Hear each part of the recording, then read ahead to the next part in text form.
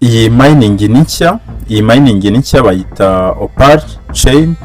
Iyi mining itangiye imaze iminsi 2 itangiye. Uyu munsi ngiye kukwereka uburyo wabasha gufungura account muri iyi mining. Iyi mining ni nziza cyane bitewe nuko iyi mining imeze nka Sidra chain.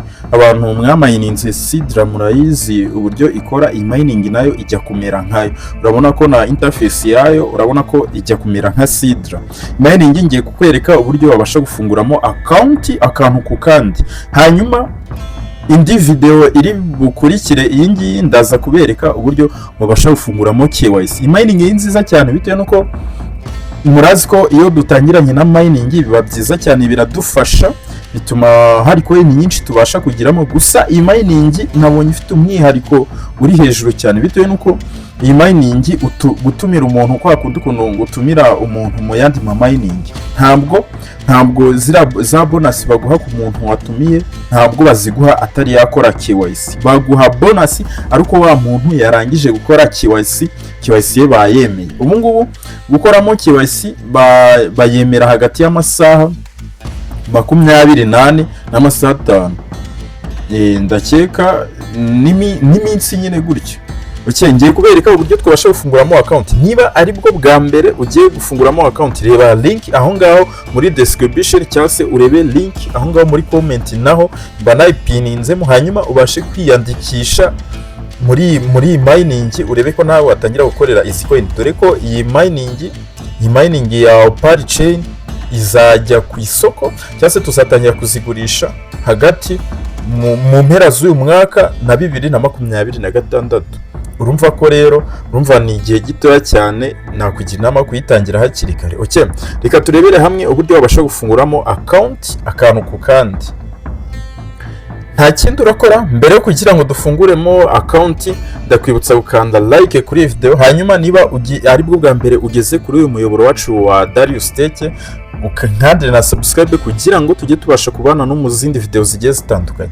Okay, nta kindi uri bukore rero, hano urashyiramo izina ryawe rya mbere, hanyuma hano ushyiremo last name izina rya kabiri, kwa kundi kuntu yari kwiranga muntu nyine aba ari kuyandika. Noneho aha ngaha username urashyiramo akazina kawe ushaka nyine kagasirno ushaka, hanyuma hano email address, email urashyiramo email nyine ushaka kujya ukoresha, hanyuma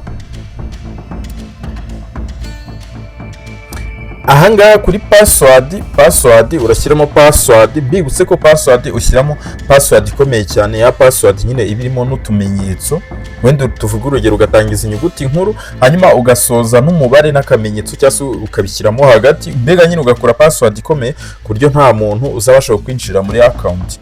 Ahangaha kuri confirm password ushyiramo ya password n'ubundi washyize hano hejuru, uragaruka ukayishyiramo hano hasi kugira ngo nyine babone ko utayibeshyeho. Referral code urashyiramo iyo referral code iri kuri screen yawe.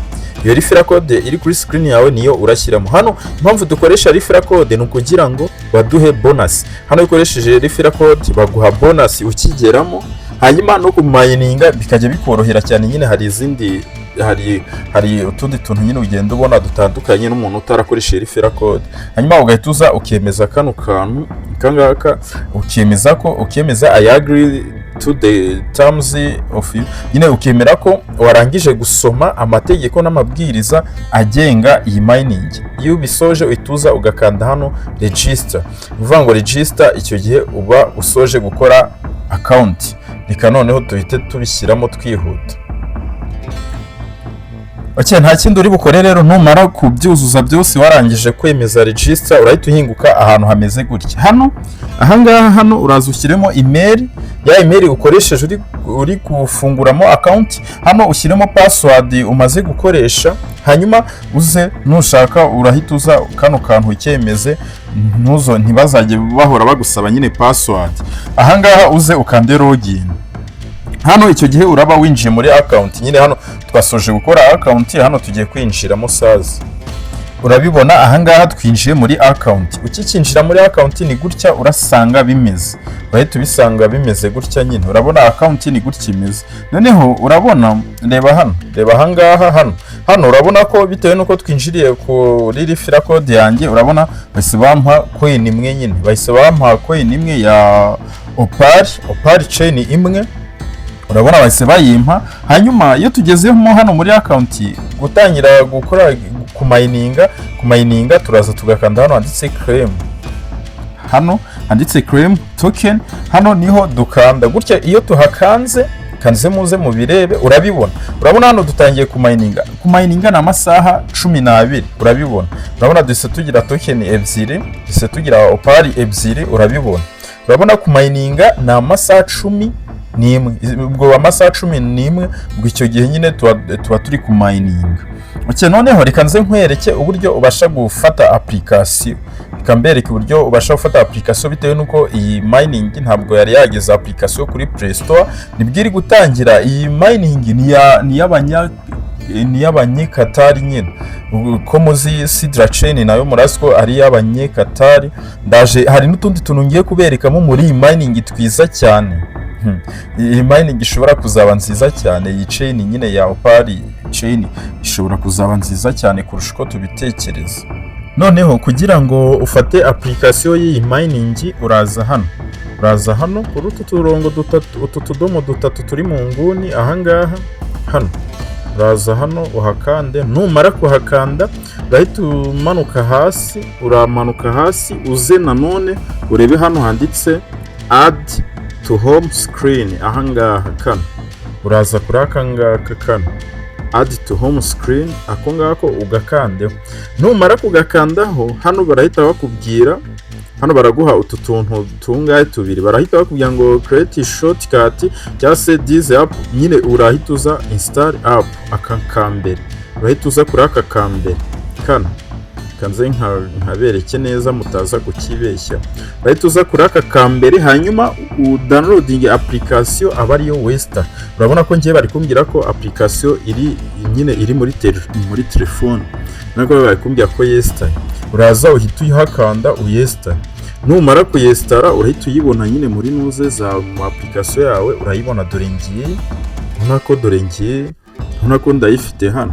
Uraza nyine uyikandeho, hanyuma utangire ukore claim zawe nyine utangire mining.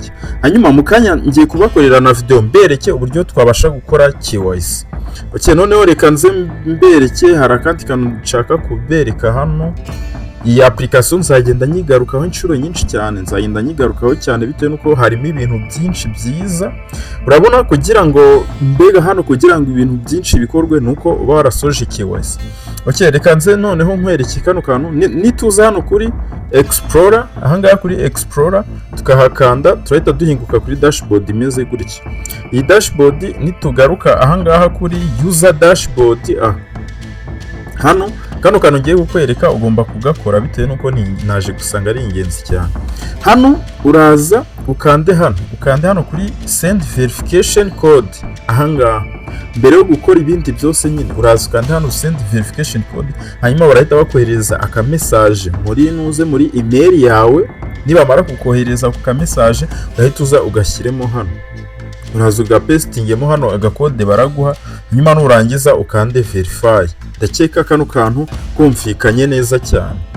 Murazi ko nyine account ntabwo, urabona ko hano bari kutubwira ko itari verify nyine, hano ntabwo iri verify, ariko numara kugashyiramo icyo gihe uraba wagize account yawe nyine barahita bayigira verify. Kano kantu ni ingenzi cyane mugakore kugira ngo mutazabura inuze uburyo mwinjira mu account yanyu.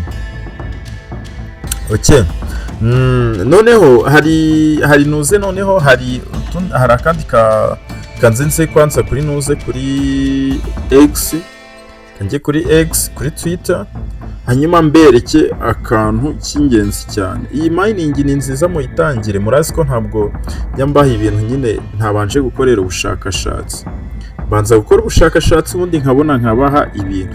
Noneho iyi ni nuze, ni account yabo ya Twitter. Iyi account yabo ya Twitter ni nshyashya ko muyireba gutya, urabona ko imaze guflowingwa n'abantu abaforowa nyine 4,600. Ibaza account itangiye ejo bundi, itangiye dore urabona ko yatangiye kuri 27. Iyi account bayifunguye gutariki 27. Gusa mining yatangiye ejo bundi hashize iminsi, uyu munsi ni uwa gatatu itangiye. Urabona ko iyi yaba izaba yitwa Opal, ko iyi yabona ikizaba yitwa. Okay, noneho urabona ko iyi account, urabona ko location nyine urabona ni Dubai United Arab Emirates. Urabibona nyine ni y'Abarabu, ni ya Dubai nyine. Urabona ko ni ya Dubai iyi account. Ni kuvuga ngo uyu mushinga ba nyirawo bakomoka i Dubai nyine, niho uyu mushinga ubarizwa. Ndake kurabibona. Nanuze ugiye no kuri YouTube naho bafiteho channel nayo nabonye ari nshya.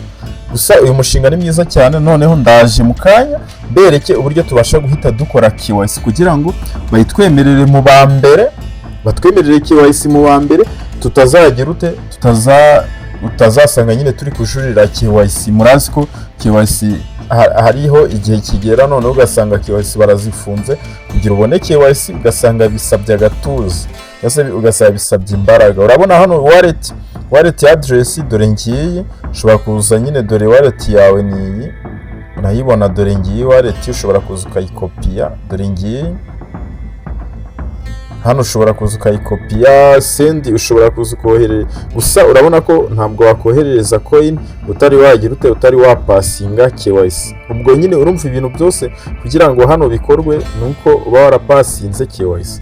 Noneho reka dusubire mu zindi video mbereke uburyo tubasha gukora KYC. Niba utari wiyandikisha muri iyi mining cyangwa se muri Opal Chain, reba link aho ngaho muri description banayishyizemo, hanyuma ubashe kwiyandikisha. Referral code cyangwa se invitation code niyo ngiyo iri kuri screen yawe, iragufasha kwiyandikisha muri mining. Ukereka dusubire noneho mu yindi video ngiye gukora mu kanya, ngiye kubaha y'uburyo mwabasha gukora KYC.